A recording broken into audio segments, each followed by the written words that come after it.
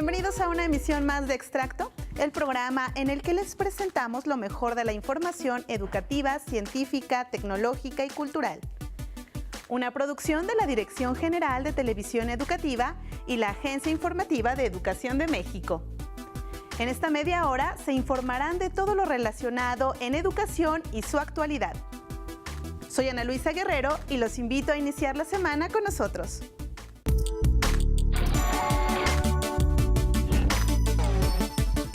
Ayer, 3 de marzo, conmemoramos el Día Mundial de la Vida Silvestre, una fecha instaurada por la ONU para celebrar la belleza y la variedad de la flora y fauna salvaje, así como crear conciencia sobre la importancia que tiene la conservación de estas formas de vida que habitan en nuestro planeta. En el siguiente reportaje conoceremos cómo nuestro país contribuye a la conservación de las especies. Los animales salvajes están perdiendo sus territorios en las montañas, en los bosques, ríos y mares. Según la Sociedad Zoológica de Londres, la contaminación, la sobreexplotación y el calentamiento global son algunos de los factores determinantes para que el número de animales que viven en la Tierra esté en camino de disminuir 2/3 para el año 2020. Y no solo los animales corren peligro. La ONU registró que en las pasadas 4 décadas, el planeta ha perdido cerca del 50% de su vegetación. Esto representa una clara amenaza para la vida silvestre del planeta. Por eso, cada 3 de marzo se conmemora el Día Mundial de la Vida Silvestre, una jornada que recuerda la necesidad de luchar por todas las formas de flora y fauna, así como exigir medidas urgentes para su conservación. En los Objetivos de Desarrollo Sostenible de la Asamblea de la ONU, figura específicamente la meta de poner fin a la caza furtiva y el tráfico ilícito de especies protegidas de fauna y flora silvestres. Por eso es que en 2017 la ONU aprobó una serie de resoluciones para atacar el problema desde su raíz. Por otro lado, cada país lanza también iniciativas que contribuyan a la preservación del medio ambiente. En México existe el programa de áreas destinadas voluntariamente a la conservación. Se trata de sitios que destina una persona física, moral, comunidad o pueblo como área natural y que al gobierno le facilita una serie de blindajes para evitar la construcción de obras públicas, así como su certificación nacional. En 10 años, las ADBCs, como bien se conocen, han sido un instrumento valioso para los esfuerzos de conservación ambiental en México. A la fecha, hay 332 áreas certificadas, más de 490,000 hectáreas bajo este esquema de conservación en 24 estados de la República Mexicana y lo más importante, involucran a más de 84,000 personas de este país. Este tipo de iniciativas contribuye a la mitigación del cambio climático, regulación del clima, ayuda a mejorar la calidad del aire y del agua, además de proteger la dinámica de los ecosistemas, así como la conservación de especies de flora y fauna. En la Comisión Nacional hemos detectado una necesidad imperante de mejorar el manejo que se hace de las áreas naturales protegidas ya decretadas, las federales, y por otro lado, promover la conectividad y la representatividad de ecosistemas en México y especies a través de las ADBCs. Sin embargo, creemos que este instrumento tiene un potencial mucho mayor, por lo que nos hemos propuesto fortalecerlo de manera muy significativa en los próximos años. Y justamente para saber más sobre la conservación de las especies en nuestro país, tuvimos un enlace con Fernando González Cerón. Él es profesor e investigador de la Universidad Autónoma Chapingo, quien nos habló más sobre la conmemoración de esta fecha.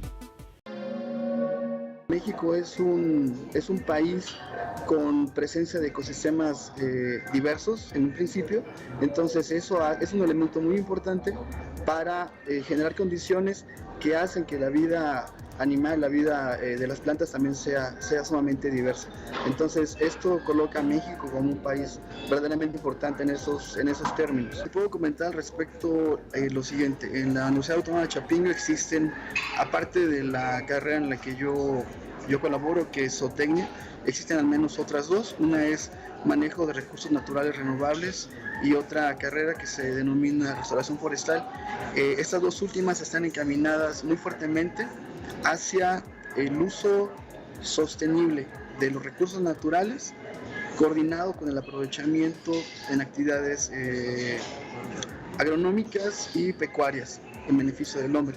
En el caso nuestro, en el departamento de zootecnia, los chicos reciben un curso especializado en manejo de fauna silvestre, esto con el antecedente de cursos de ecología y otras disciplinas, de manera que ellos reciben una educación en el uso de este tipo de recursos naturales, pero considerando los elementos que deben guardar, que deben cuidar, para que no se deteriore el ambiente en que se desarrollen. Y sin embargo, al mismo tiempo, hacer que las actividades de producción pecuaria y agronómica puedan subsistir en coordinación con esto mismo. Entonces, son varios cursos que los muchachos reciben, salen de prácticas y viven de manera frontal cómo es el aprovechamiento. Aquí hay diferentes personas, no nada más en el departamento de zootecnia, pero en el caso de la producción pecuaria, hay gente que está estudiando aspectos sobre la flora ruminal, la flora del estómago de los animales rumiantes, por así decirlo. Se comenta hay mucha información al respecto en función de los gases con efecto invernadero que se generan por la actividad pecuaria. En ese sentido, hay personas trabajando con el manejo de los microorganismos que habitan en el rumen y que podrían eventualmente reducir la emisión de gases que tienen efecto invernadero, derivados de la actividad pecuaria. Desde mi punto de vista son acciones bastante básicas, de sentido común, pero como dicen algunas personas, es el menos común de los sentidos. Me refiero a la separación de los residuos que utilizamos diariamente en orgánicos e inorgánicos, el hecho de utilizar un vehículo donde pueden hacer uso varias personas y no utilizarlo de manera individual, utilizando más vehículos, haciendo uso de la bicicleta, cuidando el uso racional del agua. Son algunos de los elementos que, como te comento, considero que son de sentido común, y creo que eso, en la medida que lo practiquemos, puede contribuir contribuir de manera general hacia este cambio climático que sin duda estamos viviendo y que está pegando, que tiene consecuencias tanto en la vida silvestre como en las actividades agrícolas y pecuarias que producen los alimentos que consumimos. Por otra parte, en el Senado de la República concluyeron los foros en los que se presentaron las propuestas que formarán parte de la reforma al artículo 3º constitucional en materia educativa. Conozcamos los detalles de esta última mesa de diálogo. Un nuevo rumbo de la educación en México está trazándose bajo el consenso de todos los involucrados. El Senado de la República concluyó los foros de consulta para escuchar las propuestas que contribuyan a mejorar el sistema educativo bajo la reforma a los artículos 3, 31 y 73 de la Constitución. Es definir el objeto de lo que estamos planteando en este debate y en esta iniciativa. Y de lo que estamos hablando es sobre cuál es el diseño institucional que tendrá el Estado mexicano para resolver el mandato de la educación y sobre todo cómo esta educación se convierta en prosperidad. En la última sesión de Parlamento Abierto convocado por las Comisiones Unidas de Educación y Puntos Constitucionales, se escuchó a maestros y alumnos que presentaron iniciativas para reforzar la educación inicial, ampliar los servicios en preescolar y mejorar la educación básica, además de fortalecer la educación media superior y hacer valer la propuesta presidencial de garantizar el acceso de los jóvenes a las universidades. Compartimos los objetivos y contenidos de la iniciativa de reforma que hoy se analiza, entre otras razones, porque establece el interés superior de la niñez y la juventud en la educación que imparte el Estado. Instituye una educación incluyente y equitativa como eje fundamental para alcanzar el bienestar del pueblo de México, porque plantea la necesidad de erradicar la inequidad, la desigualdad e injusticia social en el sistema educativo. Los profesores se manifestaron sensibles a las necesidades del sistema educativo en su conjunto, pero también a las que ellos mismos viven a diario. Si la educación debe ser integral, debe ser humanista, científica y formativa, proponemos que la evaluación también debe ser procesual, humanista, contextual y formativa, a todos los componentes del sistema educativo nacional, no solo de los maestros y de los alumnos, y debe estar en función de un modelo social y de un proyecto de nación.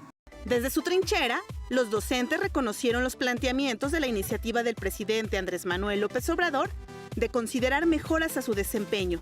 En el caso del Colegio Nacional de Educación Profesional Técnica, el CONALEP, levantaron la voz. El CONALEP ha tenido una importancia trascendental en la formación de los alumnos. Ha tenido modificaciones en el sistema educativo, pero se ha perdido algo muy importante que conforma el binomio educativo, que es el docente. Y esto, de alguna forma, tendrán que ser insertadas esta figura en las leyes laborales, donde tengamos esa seguridad de poder fortalecer a este subsistema. Temas como la equidad y la inclusión también fueron expuestos por los ponentes en la Cámara Alta, al destacar la necesidad de la equidad de género para las estudiantes y las mismas profesoras. La intención del objetivo es precisamente promover la institucionalización de la política transversal con perspectiva de género en el sistema educativo, bajo los principios de los derechos humanos, la no discriminación, prevención de violencia y sobre todo la reducción de las brechas de desigualdad de género, para impulsar no solamente el empoderamiento de las mujeres, sino también el empoderamiento de otros sectores históricamente desfavorecidos, como los pueblos originarios de México. Este ejercicio se suma al que previamente se realizó en la Cámara de Diputados, donde actualmente se conforma el dictamen que establezca un nuevo diseño constitucional para el sistema educativo en México.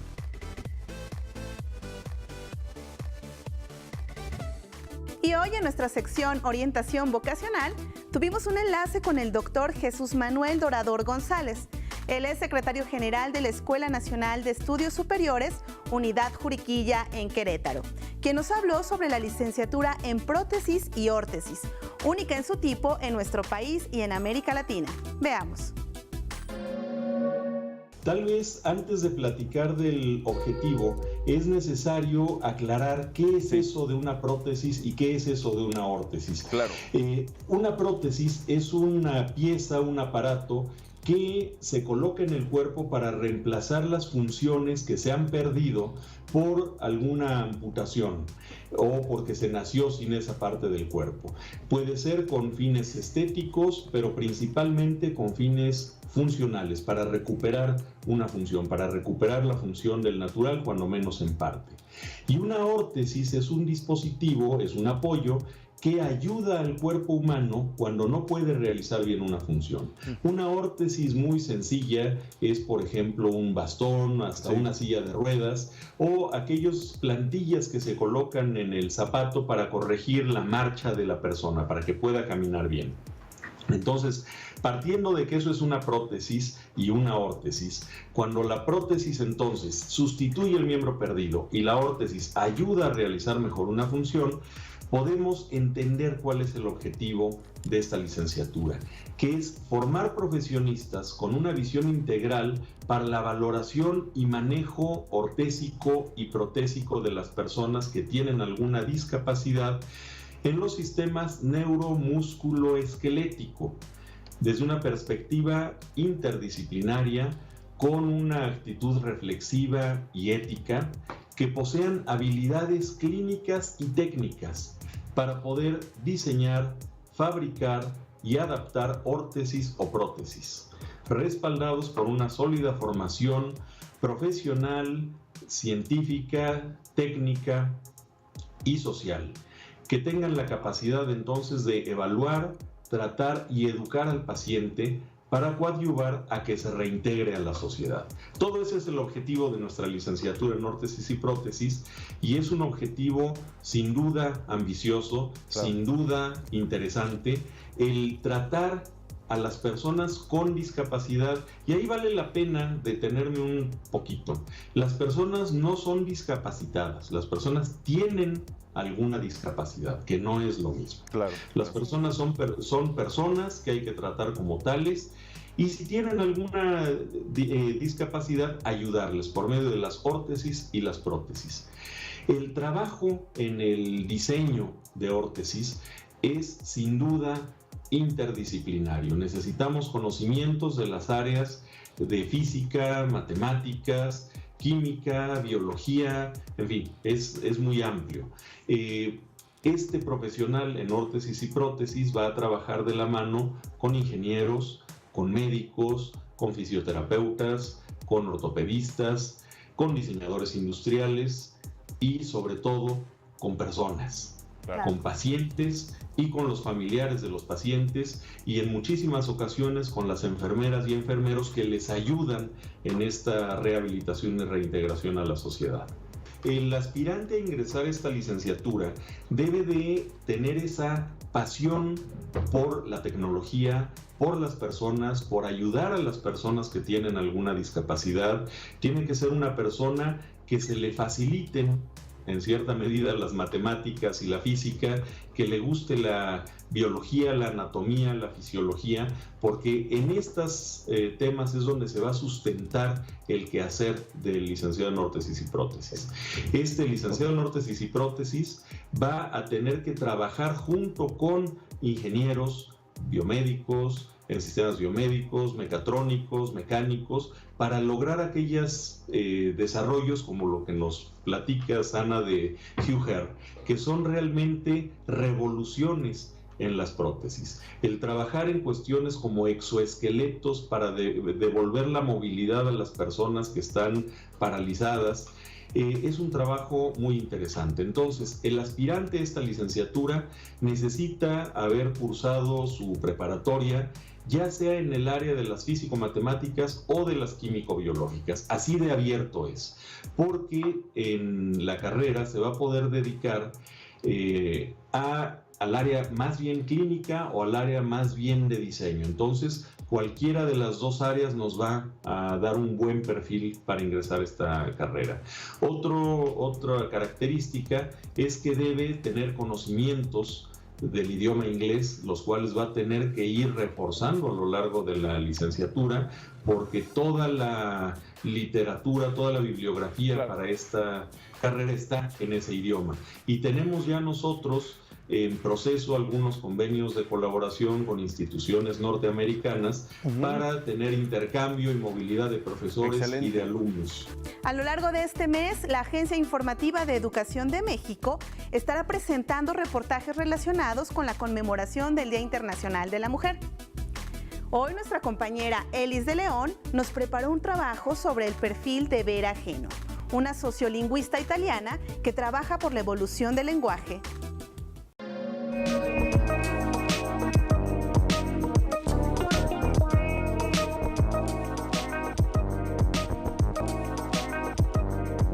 Non è tantissimo tempo che mi sono resa conto del fatto di avere dei limiti o dei vantaggi per il fatto di essere donna. Ella es Vera Geno, reconocida sociolingüista italiana empoderada de la palabra. Ho dovuto diventare grande, adulta, per sentire che ci sono delle differenze, soprattutto nel mondo del lavoro, nell'approccio con la donna, la femmina.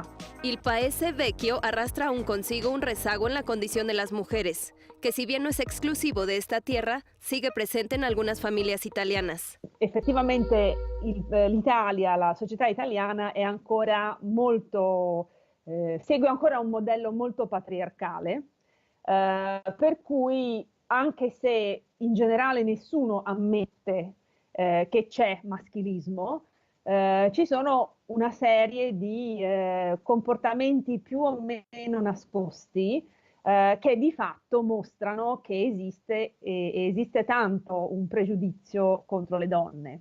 Una barrera social, cultural y psicológica que en Italia se ha bautizado como soffitto de cristallo, un techo de cristal aparentemente invisible que impide a las mujeres acceder a las mejores posiciones en la carrera académica a pesar de su preparación. Col passare del tempo mi sono resa conto che donne in posti di alto profilo in realtà ce ne sono poche e secondo me lei deve faticare a essere donna, no? Perché comunque istintivamente purtroppo in Italia funziona ancora che se tu trovi una donna in una posizione alta comunque un pochino ti sembra strano, ti sembra qualcosa di esotico. Habría que observar el organigrama de las instituciones para darse cuenta, de acuerdo con Vera, de cuántas son aquellas que realmente comandan. Ci sono tante donne, ma quante sono presidi, rettrici, no? In posizioni veramente di rilievo? De acuerdo con datos del Consejo Europeo de Investigación, 70% de las mujeres en la academia son investigadoras y solo 10% son profesoras ordinarias, el eslabón más alto en la tabla de posiciones académicas.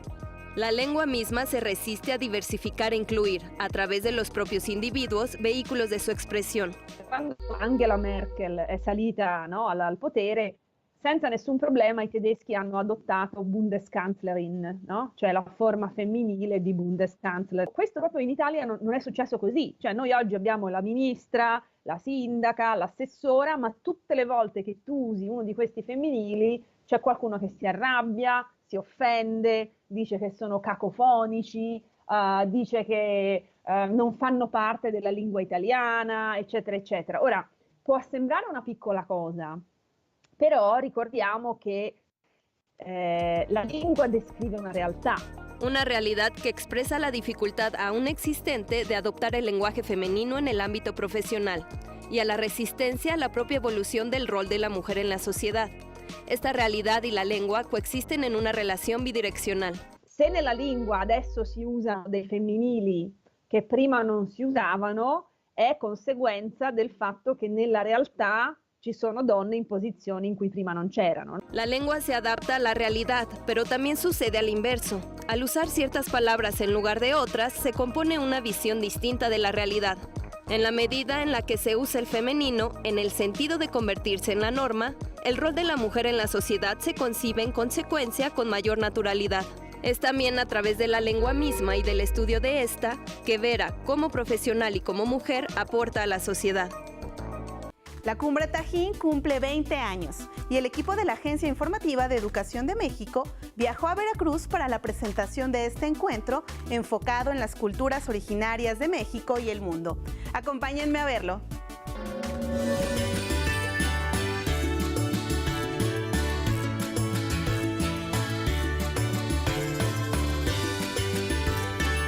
La Cumbre Tajín cumple 20 años de propiciar el encuentro entre diversas culturas. En este tiempo no solo ha impulsado el desarrollo económico del municipio de Papantla, además lo ha hecho relucir a nivel internacional. La Organización de las Naciones Unidas para la Educación, la Ciencia y la Cultura, la UNESCO, ha reconocido su patrimonio cultural.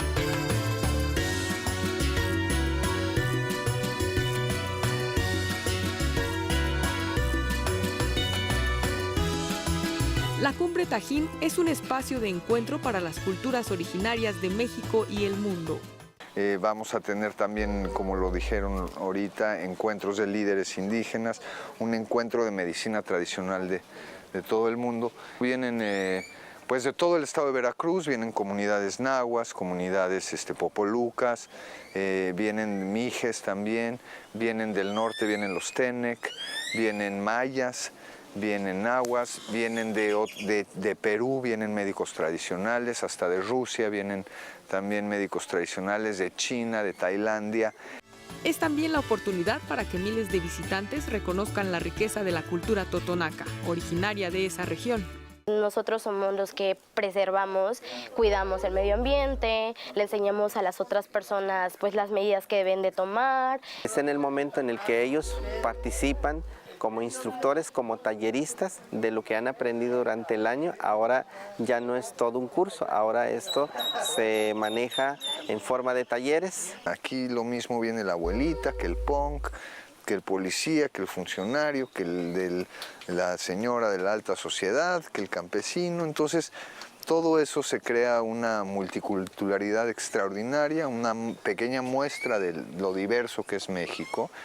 Y una pequeña ciudad utopía también, donde las artes son las que rigen lo que va sucediendo. Entre encuentros magnos, talleres, conciertos y expresiones culturales, este año la Cumbre Tajín albergará más de 5,000 actividades a lo largo de 5 días. Otro espacio de diálogos por la paz, Vamos a tener también conversatorios durante la mañana y en la noche para ver el papel de los pueblos indígenas en esta cuarta transformación. Una gran novedad que es la realidad virtual. Esto pues no se podía hacer antes porque no era muy caro y muy difícil. Hoy hay grupos de jóvenes, en su mayoría los que vendrán indígenas, que han hecho ya películas, cortometrajes de realidad virtual. Es en el Parque Taquil Sucut donde se realizan la mayoría de las actividades, y es ahí donde los abuelos del Consejo Totonaca, símbolos de sabiduría y guía del Totonacapan, dan la bienvenida a los visitantes. Les invitamos a todos los jóvenes para que vengan a ver nuestra cultura totonaca, nuestros saberes, nuestras tradiciones y costumbres. Nosotros estamos para recibirlos con los brazos abiertos. La Cumbre Tajín 2019 se realizará del 20 al 24 de marzo.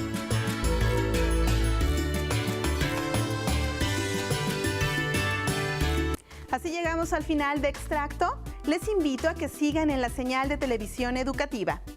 No se pierdan de lunes a viernes la revista de información educativa de la mano de Ana Cristina Olvera y Omar Cepeda, de 9 a 10:30 de la mañana en Interfaz. A las 9 de la noche sintonicen EduByte con mi compañero Enrique Lascano, quien nos traerá lo más relevante de la agenda educativa. Recuerden que a la medianoche tienen una cita con Extracto. Los invito a seguirnos en nuestras redes sociales. Soy Ana Luisa Guerrero y en nombre de todos los que hacen posible este esfuerzo informativo, muchas gracias por su atención. Les deseo que tengan un excelente inicio de semana.